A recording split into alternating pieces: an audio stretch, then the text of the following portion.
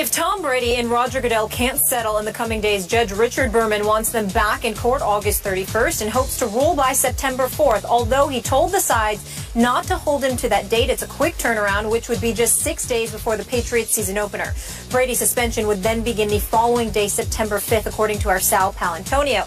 Now we bring in one of Brady's former teammates, friend of the program, ESPN NFL analyst, Damon Woody. Good morning. Good morning. Good morning. Let's get right to it. What should Brady do?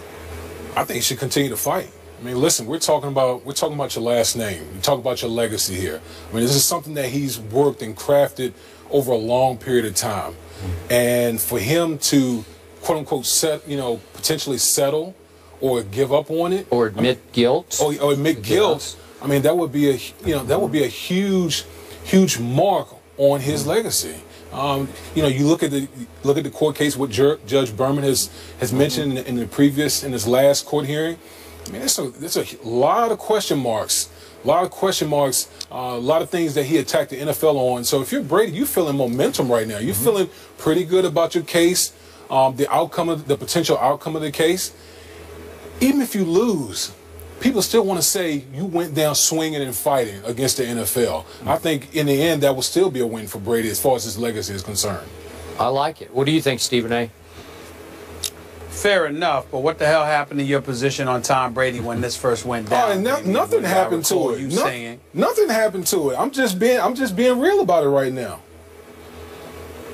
Well, I know you're being real about it. I'm not questioning your realness. I'm asking you, what happened to your position? You were on SportsCenter. Right. When the ruling came down, and you said you were disappointed in Tom Brady. Okay. You said that you felt he was guilty. So I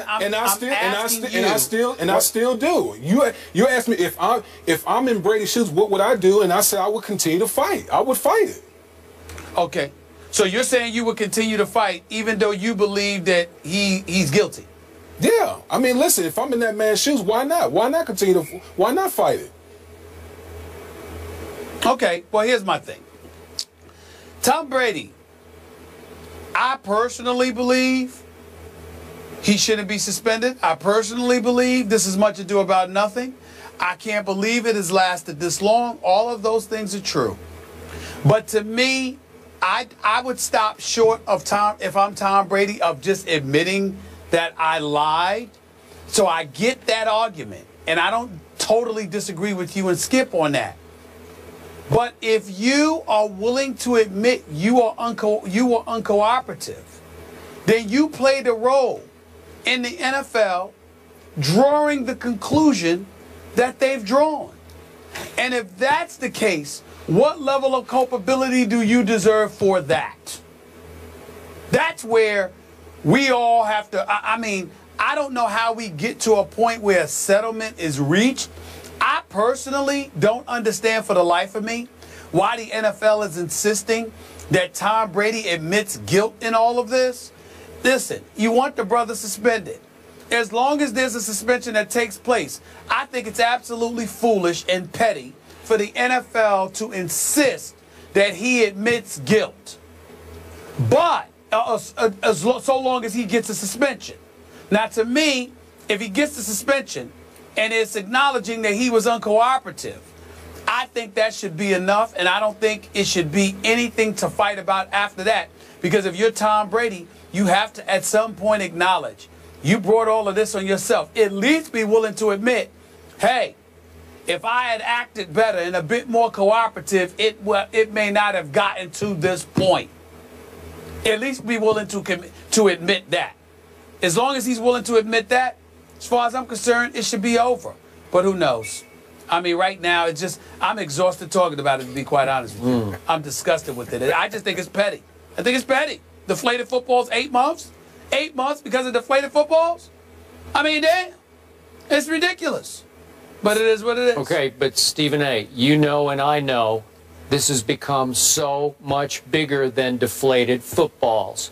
You know and I know this is about the power of the owners versus the players. Because one player, the superstar quarterback of the New England Patriots, last year's Super Bowl MVP, is willing to fight this to the legal death to try to take down the commissioner and his integrity and credibility, to question those to the point that you take him down and, to your point, maybe open Pandora's box in court, where you say, uh-oh, the owners are now very vulnerable in court in ways they've never been before. That's what's, it's way beyond, was the ball this much or this much? That's what's happening.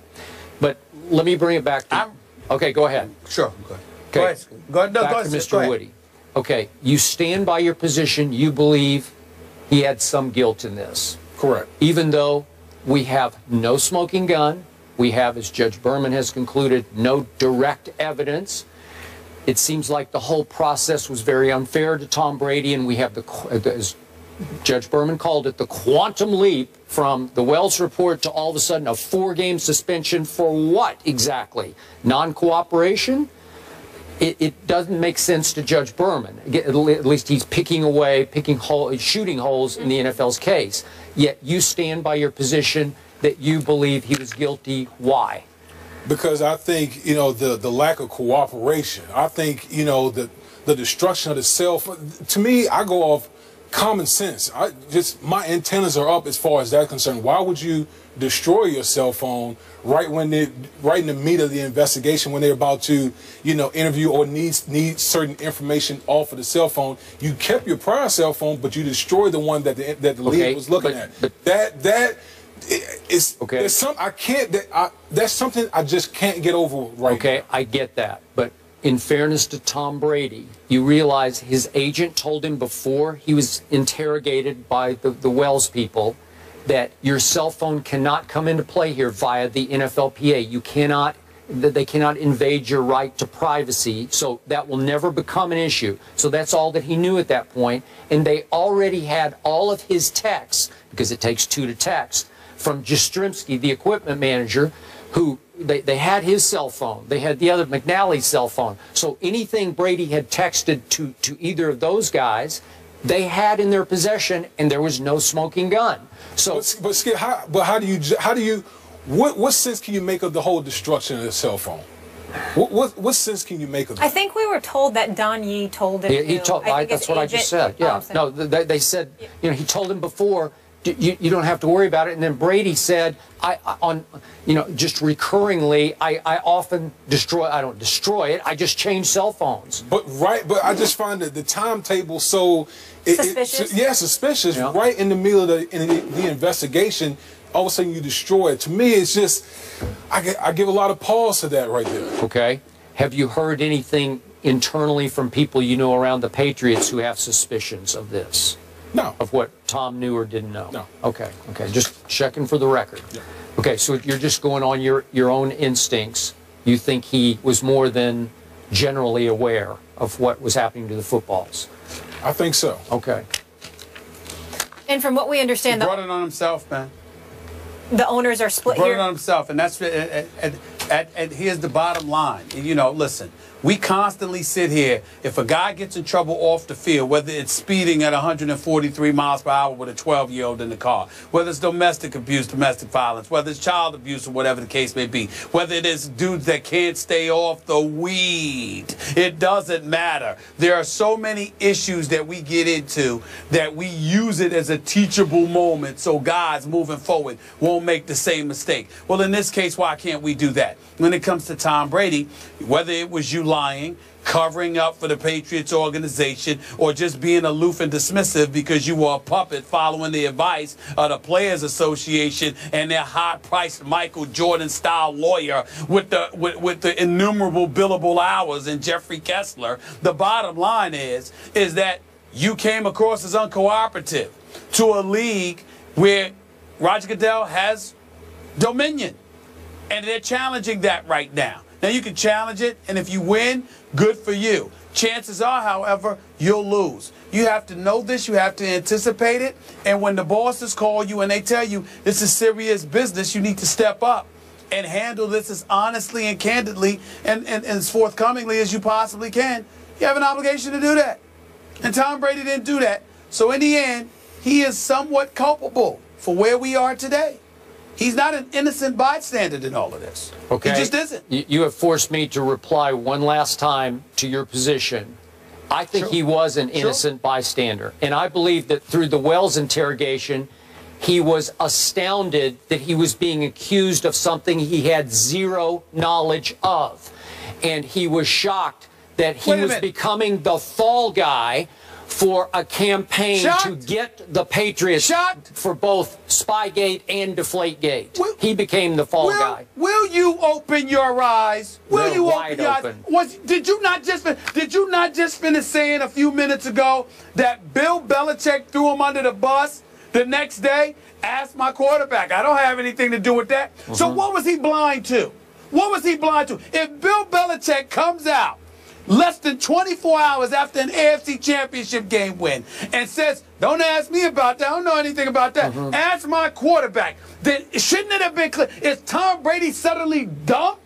He can't see the forest from the trees? He couldn't see from that moment that he was being hung out to dry? I think he's a little naive. You gonna put all of this on Roger Goodell and Troy Vincent? I think he's a good guy. A little naive? Really? You gonna really sit up there and say that? Yeah, really? I'm gonna sit up here and say it because what have you said on this show numerous times? In the end, this is about protecting who in the organization? The head coach. Am I right about that? Do I think the head coach had knowledge of deflating footballs? Wait a minute. Maybe. Wait a minute. Don't change the narrative. No, you asked you a question. Did you not say that Belichick threw him under the bus? Yeah. Less than 24 hours. So did the owner. Right then. So what was the naivete? Where was the naivete then? From that moment forward, you knew they were coming for you because Belichick said he had nothing to do with it. And then the Wells investigation report came out, and they exonerated Belichick and his staff. Who else was left? Who was left? Okay, and then what did I tell you 2 days after the Wells report? That 3 people close to Tom Brady had told me he is now declaring war on the commissioner. Didn't I tell you that? Sitting right here? And what's happened?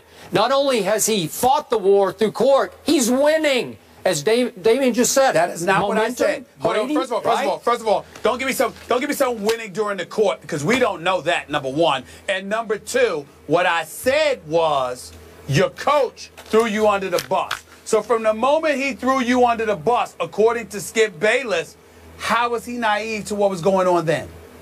Well, he was up to that point. Yeah. I mean, it was less than 24 hours after the game. Yeah.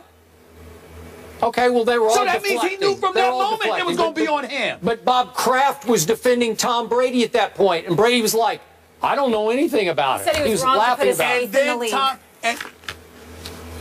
No, go that's ahead, later. y'all. That was later. That's what you do. Because when it comes to your favorites, you got blinders on. You don't want to see. You don't want to see what he did. Oh, no, he's innocent. He didn't know. Okay, this is what he's saying, Damien, Molly. Oh, Tom Brady didn't know. I mean, Bill Belichick, no, he didn't do anything. Speaking of memory loss, you're the guy who just last week finally said, you know what? I don't think Tom Brady knew anything about this. You told me that on this show. I said that I said that I don't believe that he had the footballs deflated. My point to you is that from the moment Bill Belichick threw him under the bus, it was clear that he was going to be a target. That's a different discussion. It was clear he was going to be a target. So how you going to sit up there and say he was naive to what was potentially transpiring once Bill Belichick acknowledges, I got nothing to do with this. You need to ask my quarterback. Well, it wasn't clear that he was in the hot seat? No, he had his owner on his side. And then all of a sudden, his owner sold him out and took all the punishment. Took the penalties. Sorry, but we have to go to break. Luckily, this is not over, and we have plenty more time to talk about it again. August 31st, that's when they need to settle by, and potentially September 5th would be the date if the punishment was instilled then. Damien, thanks so much for joining us. He didn't know. Oh, no problem. All right, we move on to another vet, but this time in the NBA. Which one of these vets were voted as the favorite by the NBA's new rookie class? You might find this list interesting. That's coming up next.